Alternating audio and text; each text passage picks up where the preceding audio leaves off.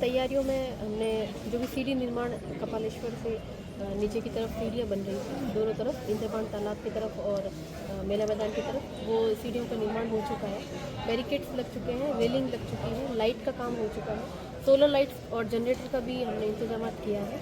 इसके साथ ही सुरक्षा के लिए हमने जगह जगह पर जहाँ पर भी सेल्फी पॉइंट्स हैं या आसपास में खाई है या ऐसा कोई दुर्गम स्थान है, वहाँ पे हमने चिन्हीकरण करके वहाँ पर बैनर पोस्टर लगाए हैं। यहाँ पर लगभग 3 से 3.5 हज़ार के आसपास सरकारी कर्मचारी यहाँ कार्यरत रहेंगे 2 दिनों के लिए। और मैम कितने श्रद्धालुओं के आने का आंकलन? श्रद्धालुओं के इंटेलिजेंस रिपोर्ट के अनुसार 10 लाख से ऊपर है। पिछली बार जैसे बताया जाता है कि 7 से 8 लाख लोग आए थे।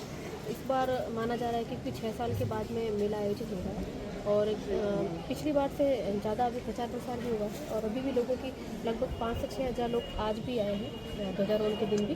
तो ऐसा माना जा रहा है कि 10 लाख से ऊपर ही आएंगे लोग।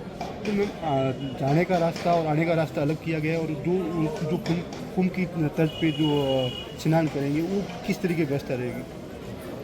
कुंभ की तर्ज पे स्नान के लिए हमने 700 टूटियाँ लगाई है, जिसमें कि पुरुष और महिला स्नानघर इस बार पहली बार हमने अलग अलग रखे हैं, जिसमें महिला स्नानघर में चेंजिंग रूम्स भी बनाए हैं। पुरुष जो टूटियाँ हैं वो लगभग 400 के आसपास हैं और उनका पूरा जो लाइन है वो टूटियों की लाइन वो बहुत लगभग पूरी 500 मीटर के अंदर टूटियाँ लगी हुई है। इसके अलावा भी कस्बे में जगह जगह पर हमने टूटियाँ लगवाई है। पीएचडी ऑफिस के पास में, एसडीएम ऑफिस के पास में जगह जगह पर टूटियाँ लगी हुई रहेगी, ताकि जो भी श्रद्धालु हैं वहाँ से होते हुए आएंगे तो वो स्नान का अगर यहाँ लाभ नहीं ले पाते हैं तो कस्बे में भी जगह जगह पर टूटियों का लाभ से पानी से स्नान करके लाभ ले सकते हैं। मैम 2 दिनों में 10 लाख बहुत ज़्यादा क्वांटिटी होगी, किस तरीके से मैनेज रहेगा ये सारा? 2 दिनों में 10 लाख लोगों के आने का है, जिसमें 28 से लोग आना शुरू हो जाएंगे और 29 को शाम को 7-8 बजे तक लगभग श्रद्धालु आ जाएंगे और सुबह 30 तारीख को सुबह 4 बजे से स्नान करके वापस रवानगी करेंगे। तो इस सब के अंदर हमने लगभग 1500 से लेकर 2500 तक का पुलिस जाब्ता मंगवाया है, जिसमें कि 100 से अधिक सीआई और एडिशनल एसपी और एसपी साहब, कलेक्टर साहब को निर्देशन में यहाँ पर हम काम कर रहे हैं।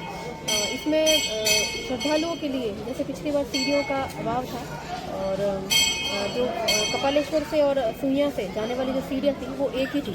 इस बार आने और जाने के रास्ते अलग अलग हैं। मठ के पास में आप अगर देखेंगे तो मठ के पास में जो सीढ़ियाँ बनाई गई है वो सीढ़ियाँ जाने के लिए है और उतरने के लिए सुइयाँ से राजपूतों का वास होते हुए उतरने के लिए सीढ़ियाँ हैं। और अगर हम कपालेश्वर की बात करें तो कपालेश्वर जाने के लिए एक रास्ता तो पहले इंद्रपान तालाब से होते हुए जाता था और वहीं से वापस आता था।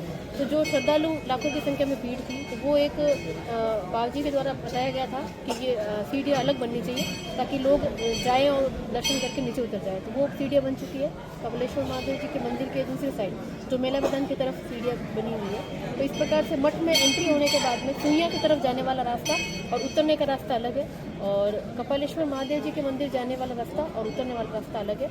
मठ के अंदर जहाँ बाबू जी का स्थान होगा, जहाँ श्रद्धालु उनके दर्शन करेंगे, वहाँ से श्रद्धालु चाहे तो कपालेश्वर की तरफ जाए और चाहे तो मठ से वापस नीचे उतरे या सुइयाँ की तरफ जा सकते हैं। और भीड़-भाड़ के वहाँ पर पुख्ता इंतजाम किए गए हैं, भीड़-भाड़ नहीं हो इसलिए हमने अलग से एसडीएम सेड़वा को मजिस्ट्रेट नियुक्त किया है, तहसीलदार जी को मजिस्ट्रेट नियुक्त किया है और हमारे सभी आला अफसर जितने भी हैं वो सब वहीं पर कंट्रोल रूम पे ही रहेंगे और भीड़-भाड़ का इंतजाम करेंगे कि कहीं पर भी किसी भी श्रद्धालु को किसी भी तरह की कोई समस्या नहीं हो। ठहरने को लेकर क्या व्यवस्था की गई है?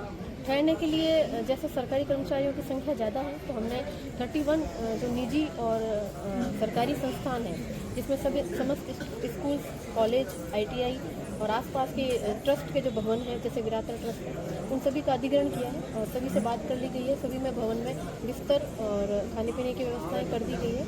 इसके अलावा जो साधु संत महाराज जितने भी आएंगे उनके लिए ट्रस्ट के द्वारा और मठ के द्वारा व्यवस्था कर दी गई है। और श्रद्धालुओं के लिए?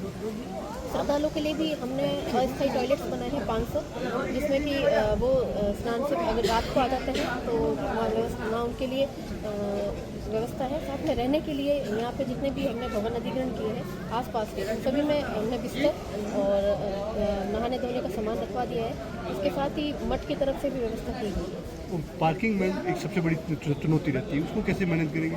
पार्किंग जैसा कि निजी जो ज़मीन है उस पर अभी तक पार्किंग के लिए कोई अलॉटमेंट नहीं किया गया है, लेकिन जो चिप्पलनाड़ी 500 बीघा की बाड़मेर रोड से होते हुए जो रोड लगती हुई है सरकारी भूमि है, उसमें हमने टेंडर किया है। वहाँ पे 500 बीघा का टेंडर पास किया हुआ है। टेंडरधारी उसमें सभी व्यवस्थाएं सुनिश्चित करेगा और वहाँ पे लगभग 20,000 की क्षमता है गाड़ियों को रखने की। लेकिन बाखासर रोड और रामसर रोड की तरफ से भी वाहन आने का पूरा अनुमान है, इसलिए वहाँ पर निजी ज़मीन को साफ़ सफाई करवा के श्रद्धालु स्वयं ही में पार्किंग के लिए अनुमति दे रहे हैं, तो वो आज कल में तैयार हो जाएगी। और 3 जगह ये पार्किंग है मेजर। इसके अलावा भी हमने सारी सड़कों पे ग्रिफ की रोड थी, पीडब्ल्यूडी की रोड थी, वहाँ पे झाड़ी कटिंग करवा के जहाँ जहाँ भी जगह मिल रही है वहाँ पुलिस जाब्ता लगाया गया है और पार्किंग के लिए सुलभ व्यवस्था हो, ताकि लोगों को पार्किंग में गाड़ी रखने के बाद में उनको गाड़ी की सुरक्षा के पूरे इंतजाम मिले। ये हम काम कर रहे हैं। Thank you ma'am.